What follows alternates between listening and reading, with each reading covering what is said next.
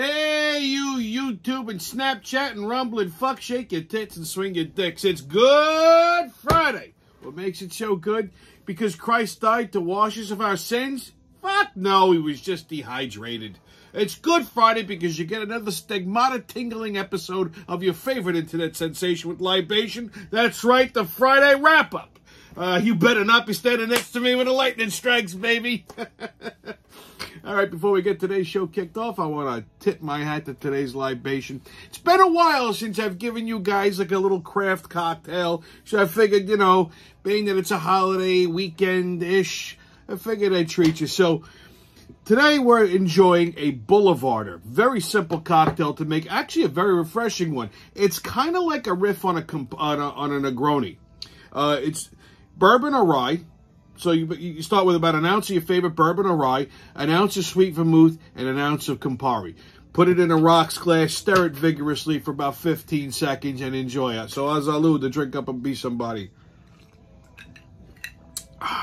You know, I didn't have an orange peel, because typically you garnish it with an orange peel. But this is a nice poolside cocktail. I know bourbon cocktails are not usually what you think of in the summer or the spring, but this is very light, very refreshing. I mean, I can see myself down in about 6 or 7 of these and losing feeling in my fucking face like I got Bell's palsy. Salud again. Okay, so what a fucking week it's been. Jesus Christ on a stick. No pun intended. All right, so another News 12 casualty. Macy Egland quit effective immediately. You know, I don't know what the hell happened. I mean, she was like one of those like roving reporters. She was actually kind of cute. Take a look. Pretty soon, I mean, they're dropping like flies over there. Pretty soon, the only one will be left will be Rich Hoffman, a weather guy who gets excited about fucking Christmas decorations and lawn furniture. Personally, I think he's an Asperger. It doesn't make him a bad guy. He's just on the fucking spectrum. I mentioned this on a show a while back. I think it was towards the end of last summer, maybe early fall, but they're coming out with you know, like these canned cocktails, right? So they're coming out with a Jack and Coke cocktail, which I know I mentioned it. Now, I typically, Jack Daniels for me, the only thing that goes in Jack Daniels is ice. That's it. You know, I've never been a Jack and Coke fan, but I did say I would, if I saw this, I would pick it up and try it on the show. Just give you guys my little, you know, my 2-cent review. But this is supposed to hit store shelves pretty soon, just in time for the summer. I personally hope they come out with like a cherry Coke version, okay? Because I think that would be kind of refreshing. Like that I wouldn't mind throwing in the cooler, you know, being on the beach. Maybe that might, you know, even though I don't like anything in my Jack Daniels, that one I'd definitely give a fuck a whirl to. Speaking of whirling in a can, this Dylan Mulvaney crap. I mean, now, for those of you who don't know, Dylan Mulvaney was like a TikTok influencer. Basically, this is a dude that dresses like a girl, okay? So, I think it started off as a joke because he's like, day one, me as a girl, day two as a girl. The guy's a $3 bill. He's as gay as a fucking $3 bill, okay? He's not a tranny. Okay, he's not a transgendered person, whatever the fuck you want to. This is a gay guy who dresses in drag. In my day, we called them drag queens. Okay, the guy's, I got a bigger fucking rack than the guy. So he's posting himself all over fucking TikTok, dressed as a broad, and he looks like a guy dressed as a girl. Like, you know, some of these trannies, you know, they could fool you if you have a couple of drinks in you. This guy, he looks like a dude in a dress. Like, he doesn't have any tits. He's just flat-chested. He clearly has a cock, okay?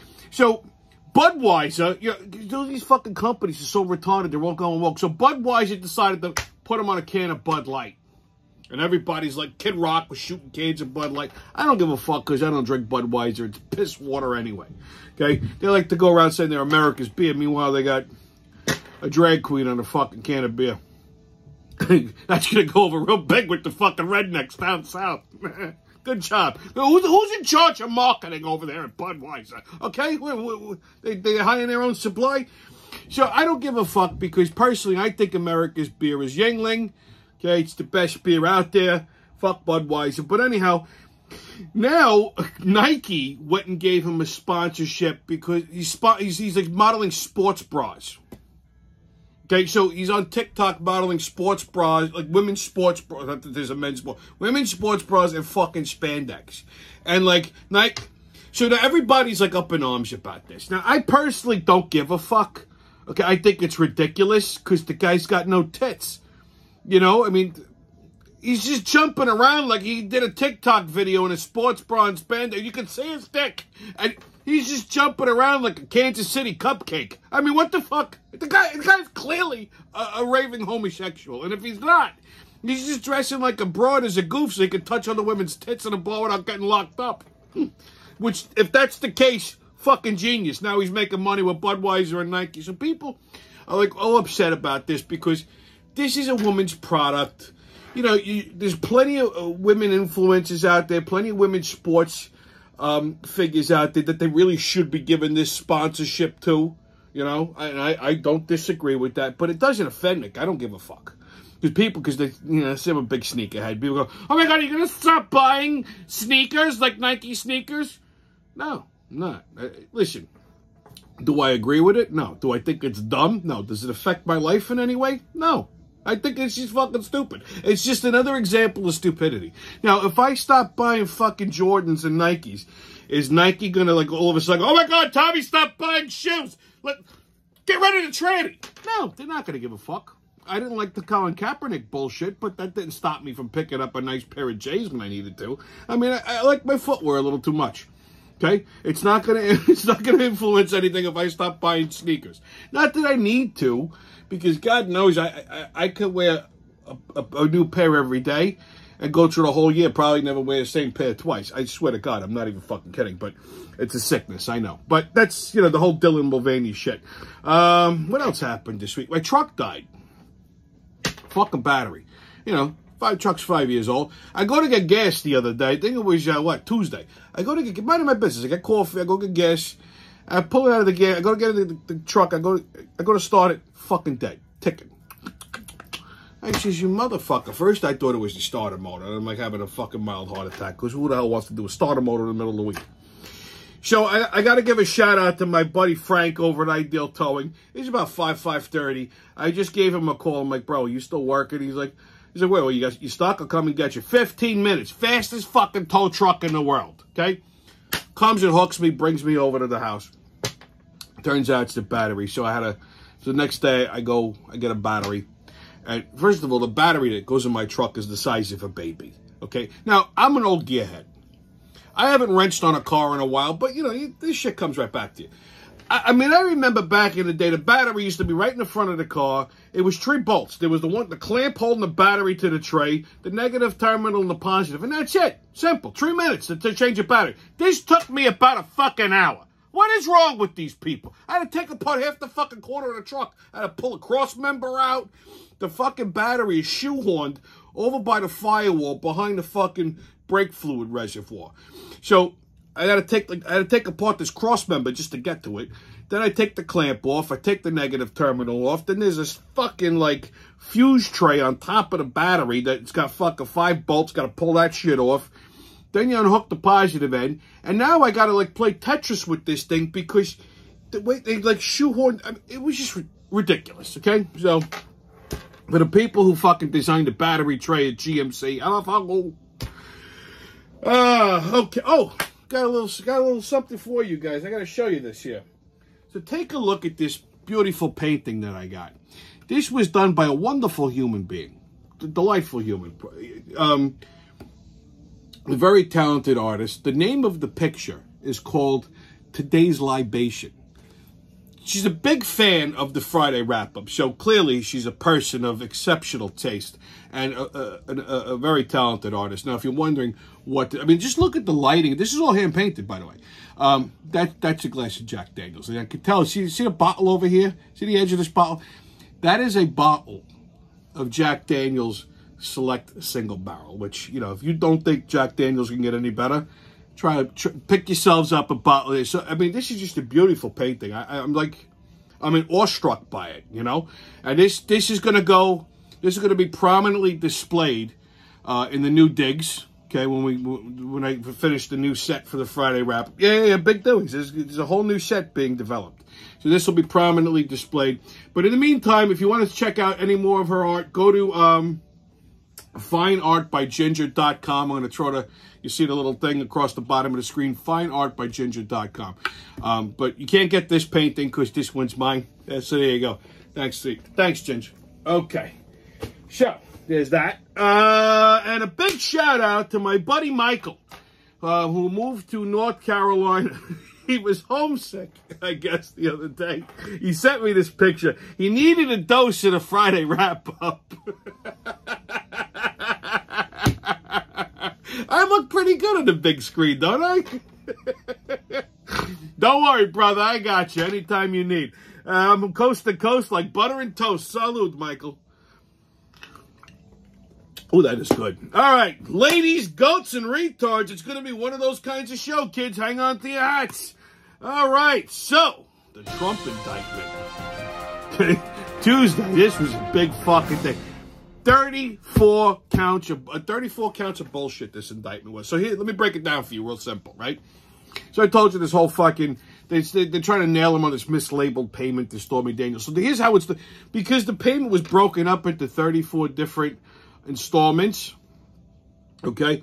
So each installment, they labeled a fucking another charge on the indictment. I told you this was bullshit, okay? And the indictment doesn't specify that the info was falsified or what the intent of the crime was. Now, the purpose of an indictment is to tell you what you're being fucking charged with. Okay, this violates his entire due process rights. The fucking the indictment was such bullshit because they're trying to say this misdemeanor that's got a 2-year statute of limitations, which is just gone. Assuming that he mislabeled the fucking, he put something in the wrong fucking, he mislabeled the ledger on his business paperwork, which is a misdemeanor, carries a 2-year statute of limitations. If anything, it's a fine. Okay, assuming that that's true. Okay, he's trying to fucking shoehorn this into a whole different thing, saying that he did this with the intent to commit another crime, but he never mentions what this other crime is, which violates his due process laws, which makes this fucking indictment bogus. Okay, you're entitled to due process under the law, and that requires the court to state what your crimes are. The fucking attorneys were laughing their asses off at this. Even Fat William Barr said it was garbage. This fucking Fat Alvin, right? Did he go to law school? Apparently he went to Harvard. What do you think, a correspondence course? I forgot more about the fucking law than this asshole knew. A 4-year-old can write a better indictment than this jerk-off. Okay? Meanwhile, in Metropolis, the 9th District Court of... The same day he gets indicted, Trump, right? The 9th District Court of Appeals ruled that Stormy Daniels had to pay Trump another $120,000 in legal fees for flagrantly violating a fucking gag order. And here's this fat fucking pile of shit in New York trying to indict Trump on this bullshit fucking charge. First of all, when you come for the king, you bring everybody, motherfucker. You don't bring a knife to a gunfight. This is Trump. This ain't his first fucking rodeo. They made it seem like they nailed John Gotti, okay? This cocksucker cost the city about $200 million for this bullshit fucking indictment, which is garbage. It won't even make it to trial. This thing should get fucking dismissed on its own merit for the fact that he violated the due process. He didn't list any crimes. He made up 34 fucking indictments. I never seen anything like this before in my life. Talk about fuck. You thought they railroaded John Gotti. Holy shit. This is just, it's a fictitious fucking thing. I cannot fucking believe what I was watching. It's ridiculous, okay? We don't have the official Trump mugshot. I don't know if they even took one, but we have exclusively obtained a photo of his fingerprints. Yeah, I mean, can you imagine if they actually locked Trump up? Can you imagine if they put him in the fucking tombs? With the brothers, you know what I'm saying? Because everybody in the joint, everybody's in the tombs, has no idea why they're there. Trust me, I know. You know, man, I don't even know what the fuck they got me in here for. You know, the man just trying to keep us down. Man, I just mind my own motherfucking business. You know what I'm saying? I hear you. You know, I don't even know why I'm here either. Okay, man, what you in for, man? Man, you know, I was just trying to get on the train. That's all, man. Did you have a Metro card? Nah, man, they said I jumped the fucking turnstile, man. Motherfucker ate my Metro card. Well, I'm in for political persecution, okay? They're saying that I flagrantly committed a campaign finance, and I didn't. It's Biden on the left just persecuting, trying to get Trump. I would love to be a fly on the wall of this fucking cell. Unfucking believable. This is the world we live in. The fucking kangaroo courts that we got to deal with. Unbelievable. Okay. On 52 farts. Okay, the cut and run to surreptitiously release they use a lot of $20 words on this. Mines gases into a crowded area before making a quick exit prior to the detection of the odor. Okay? This is when you walk into a room, you drop a fucking bomb, and you walk out before anybody even knows what happened. And everybody's like, you walk past somebody, you get on an elevator, you fucking pop one, and you walk out, and the door's closed, and everybody's like gagging. That's a cut and run. Okay, kids, get your tickets out. We're about to hop onto that maniacal magical express into mayhem and fucking read a crazy train's about to leave the station. Oh, but woo! First stop, Massachusetts. So, Vito Perrone, who's an executive in the East Hampton school system. Okay, Vito Perrone was denied the school superintendent position for East Hampton schools. Yes, Massachusetts has an East Hampton too. Not as exclusive as Long Island, but it is there.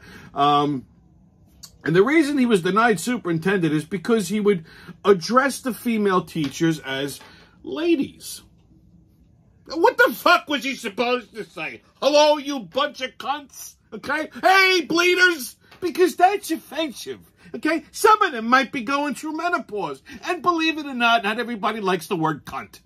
Okay?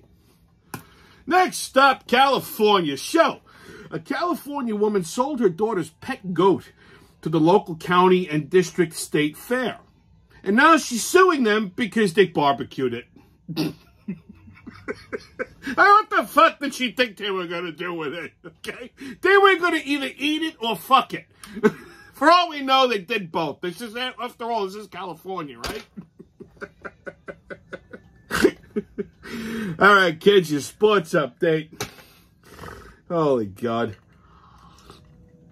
Okay, NFL, it's rumored that Tom Brady is now dating Reese Witherspoon. She's officially divorced now. I don't know if this is actually true or not. I mean, I've seen a few things floating around the net. I mean, if it is, I guess he just likes women with annoying faces. I mean, I don't know. There's something about Reese Witherspoon's face that just makes me want to, like, punch a hole through it. I don't know what it is. You know, when somebody's face just enrages you and you don't exactly know why? That's what I mean about her. Listen, I feel like he could do a lot better than Reese Witherspoon. For Christ's sakes, he was dating a fucking supermodel. Now, granted, not my type. She was too skinny for me. I like a little meat on the bones, because that Giselle Bundchen didn't look like she could hold a shot. Like, I mean, she was too delicate for me. But I'm just saying, he could do a little bit better than her. That's all. That's my 2 cents. All right, MLB. Yankees played the Orioles today at 3:05, and they lost 6-7. In all fairness, it was opening day for Baltimore, so it is what it is. Mets played the Marlins Saturday at 4:10. Phillies played the Reds Saturday at 4:05. So the Yankees played the Phillies last week, right? So Monday night, they played the Phillies in the Bronx.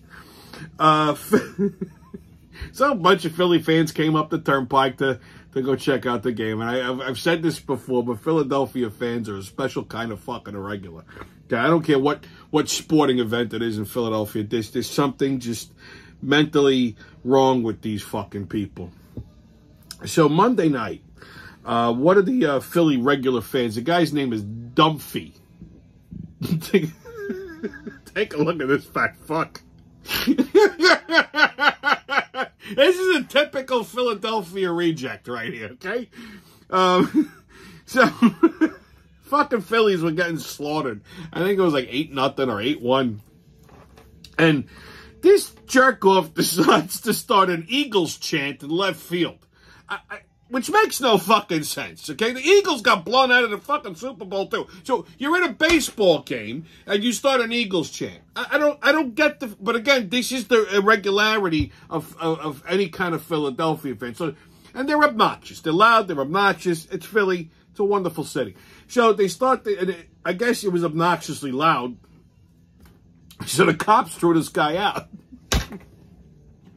And he goes on Twitter and he proceeds to call Yankees fans soft. Because, you know, back in the day, Yankee fans would not allow this to fucking happen. They would have grabbed them, threw them a fucking beating. And you know something? He's technically not wrong. You know, over the years, I've been a Yankee fan my entire life. I've spent half of my life at fucking Yankee Stadium. I was a bleacher creature in the original stadium. And yeah, this would not have been tolerated. We would have fucking thrown this guy a fucking beating. You know... These fucking fans now, they're all gentrified, okay? The reason the cops are so quick to respond in the Bronx is because they want to avoid a problem, because he's still got some original Yankee fans floating around from the Bronx and stuff. Some big Puerto Rican probably would have grabbed this guy and fucking cracked his head. You know, the people that go now, they're all soft. He's right. He's not wrong. In Philly, if you'd have tried to start a fucking Giants chant in left field of fucking Citizens Bank Park, you would be dead. They'd find you in a fucking dumpster outside the stadium. And the Philadelphia police are nowhere to be found. I've got to Citizens Bank Park 500,000 times. Maybe there's one cop standing outside looking in the opposite direction, okay? Yeah. So, I mean, he's got a point there. I'll give him that. But who goes to a fucking baseball game, starts a football chant? Again, they're fucking irregular people, and they are obnoxious, but you gotta love them. I was one time at a Yankee game, and I go across the street to stands, and there was this kid, and I like the Phillies, and there was a kid in the bar, just they weren't even playing the Phillies, he was just in the Bronx wearing a fucking Phillies hat. And I go, hey, you're a Phillies fan. The kid started shaking. I think he thought I was going to fucking kill him.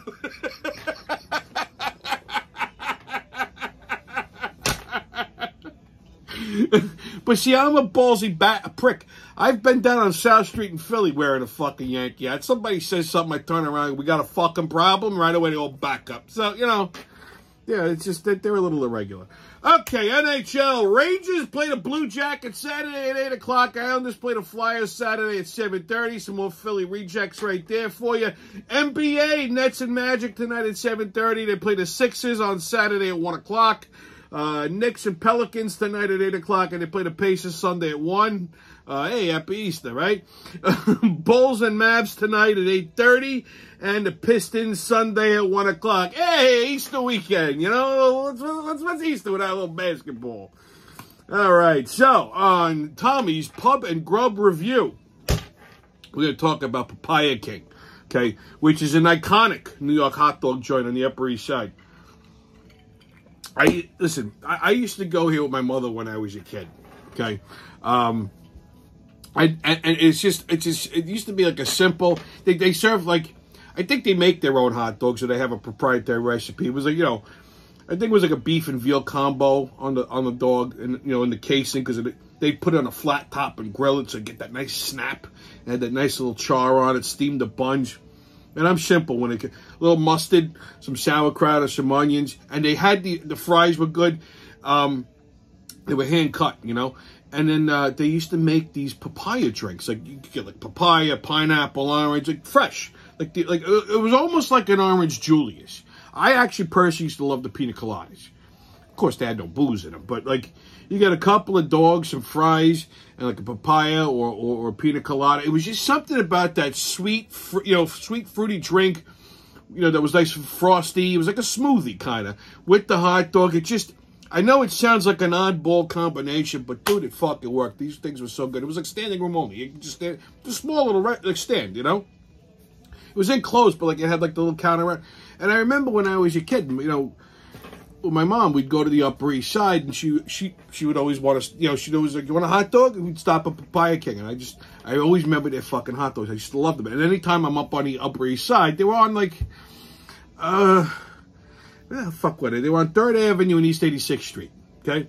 So anytime I'd find myself up there, I'd always like, fuck, I gotta stop at Papaya King. Well, they closed last year after being in business for like 90 plus fucking years. And I was heartbroken about this because, again, it's got memories. And it's like, it's a New York City institution. Okay, this fucking place opened in the 30s. So it closed, and it wasn't because of COVID. It's because the building that housed the place was being demolished. So they lost their fucking lease. So, I mean, like I said, this place was opened in like the 1930s by a Greek immigrant by the name of Gus Poulos. Don't ask me why I know this shit. And like I said, the original location, 179 East 86th Street and 3rd Avenue, right on the fucking corner.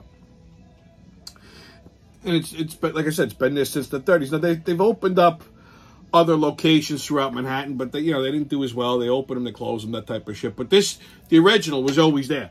And like I said, it's closed last year, and I was distraught. Not only me, half of 3/4 of New York City. Because I mean, if you know, you know. You know what I'm saying? This is one of those joints. It's a local place. It's not like a Nathan's. It's a local place, and it's just been there forever. So, well, fear not, my sad and hungry New Yorkers, because they're back, baby. Matter of fact, they just reopened right across the street from their original location, so they were able to get that location. I guess that's 180 East 86th Street and 3rd Avenue. But, yeah, if you get a chance, if you're on the Upper East Side, get your ass down there. I'm telling you, Papaya King, fucking great. I wish they would, I'm glad they don't franchise. Because the fries are nice and quick. The hot dogs are just, I can't even begin to, just the blend of the meat with the casing and the way they grill it on their flat top and they get the nice little crust on both sides. You pair that up with one of them papaya drinks, man, you're good to go. And they're healthy. They're healthy, the papaya drinks. A lot of vitamin C, antioxidants, good for you. Okay, got another little tidbit on the Pub and Grub review. So it was recently brought to my attention. Holiday Farms, a supermarket up here that's brand new, and it's a small little chain out of Queens. They have a nice deli section. As a matter of fact, I know the deli manager's a good kid. I always go in there, buy cold cuts, and like everything in the deli case usually looks pretty good. I've tried a few things; they're nice.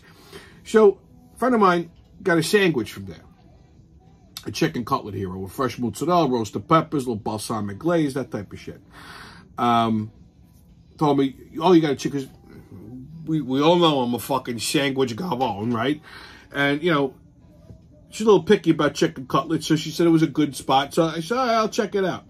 So I went there, I think it was last Saturday or something like that. I grabbed a sandwich. And I got to say, underwhelming. Not a fan. No me piace. The chicken cutlets were fucking bland. Okay, not very crispy. The bread, I told them, don't put any lettuce on the sandwich. Of course, they put fucking lettuce. It wasn't, it's against my better judgment. But like I said, it came recommended. Maybe I got it on a bad day. I don't know. But yeah, I was not delighted. Never get a sandwich from a supermarket, okay? Just go to a good Italian deli. There's enough of them around here.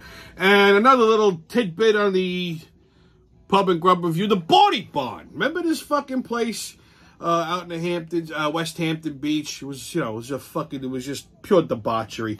You couldn't, you didn't wear anything you wanted to keep there. Anytime I went to the Body Barn, I would keep like Body Barn clothes in the trunk of my Stang. Like I would have I would just wear like a wife beater, like old like shorts and like fucking some old Timberlands because like the fucking floor was just mud and beer and just shit. Okay, but anyway, the memories. And sadly it closed too. But it's reopening this summer as a beer garden. I don't know what the name of it's going to be. calling the Body Barn a beer garden is like putting a gold toilet in an outhouse. It just doesn't go. But I'm glad they're reopening the location. What the fuck they're going to call it, I don't know. I wouldn't mind going to check it out just for some nostalgia. Okay, so there you go. All right, kids. Now, what the fuck is that? We're going to talk about the word retard. Now, I might have done this before, okay? But I have some new information. I was talking to a buddy of mine. We'll go back and forth because I sent him a meme. And he regaled me with this little tidbit of information about the word retard, or retard, as I like to call it. I like to make it sound fancy. And here it is. So the word retard dates back as far as 1426. Okay? It stems from the Latin verb retardare. I think I said that right. Meaning to hinder or make slow. The English adopted the word and used it as a similar meaning, like slowed and delayed. The first time the word retard was printed in American newspapers was in 1704. At this time, it was used in a way to describe the slowing down or the diminishing of something. The first time that any form of retard was used to describe mentally disabled people was there in the 1960s, when there was a push among disability advocates to use the label mental retardation. The push came from the advocates because the older terms that was used for them, like mentally disabled, like for the mentally disabled, like moron, imbecile, feeble-minded, idiot, Democrat, these were colloquial terms that were used to describe retarded people back in the 60s. They developed a negative meaning. So, however, the word retard was not used to refer to mentally disabled people until about the 1980s. And funny enough, this is the meme that I said. Here's a shirt from a charity golf outing from like 1982. God, I miss the 80s. Such a wonderful fucking time it was. The word retard isn't a bad word. It's a medical diagnosis, like I always say. All right, kids on Right or Racist. So, only 7% of white people marry outside of their race, by far the lowest compared to other races, as reported in 2015 by the Pew Research Center. Well, that's right. Okay, apparently, the people who produce commercials didn't get this memo. Okay, the following races marry outside of their race as follows. American Indians, about 58%. Because you can't really find any other American Indians. Asians, about 28%. I mean, who could blame them? I mean, they're hung like a pinky, right? And blacks, 19%. Okay, so there you go. All right, kids, on your PSA. Now, I mentioned this whole braless movement before, like maybe like 2 weeks ago or 3 weeks ago or something, which I don't have a problem with. You want to free tit it? Knock yourselves out, okay? I don't have a problem with it unless it's somebody I'm dating, and I told you why. I read an article the other day about a bartender who doesn't wear a bra to work. I wonder why, okay? Yeah. So she doesn't wear a bra to work, and she's slinging cocktails, free titting it, the tits are flying all over the fucking place. And take a look, this broad isn't even really that cute. And I'm sure her tip jar is always fucking full. Anyway, she's complaining about guys staring at her tits. Okay, what the fuck do you expect them to do? Okay, listen, if you don't like it, put a fucking bra on. Right? Otherwise, you're just fucking taunting us. Okay, and you like the attention clearly. I mean, if you're a bartender, you're a female bartender, you're gonna wear a low cut, you're gonna show some cleavage. So if you're purposely not wearing a fucking bra, your nipples are sticking right out at everybody, your tits are flying all over the fucking place, people throw fucking $20 bills at you like you're a half a stripper, okay? Shut the fuck up, okay? You're certainly not complaining about the money, right? Hey, listen, I'm comfortable, and I want to hear this shit. Well, I'm more comfortable with no bra on. Yeah, you know what? I'm comfortable with no pants, okay? But you don't see me walking around in my shorts with my fucking schlong hanging out, right? Entitled little shits. Anyway, happy Easter, happy Passover, happy Ramadan. I think I covered all the fucking bases. Okay, stay COVID-less, kids. No mask, don't ask haters, and kiss my ass. And remember, who loves you, babe? It's been your Friday wrap-up, and I'll see you when I see you.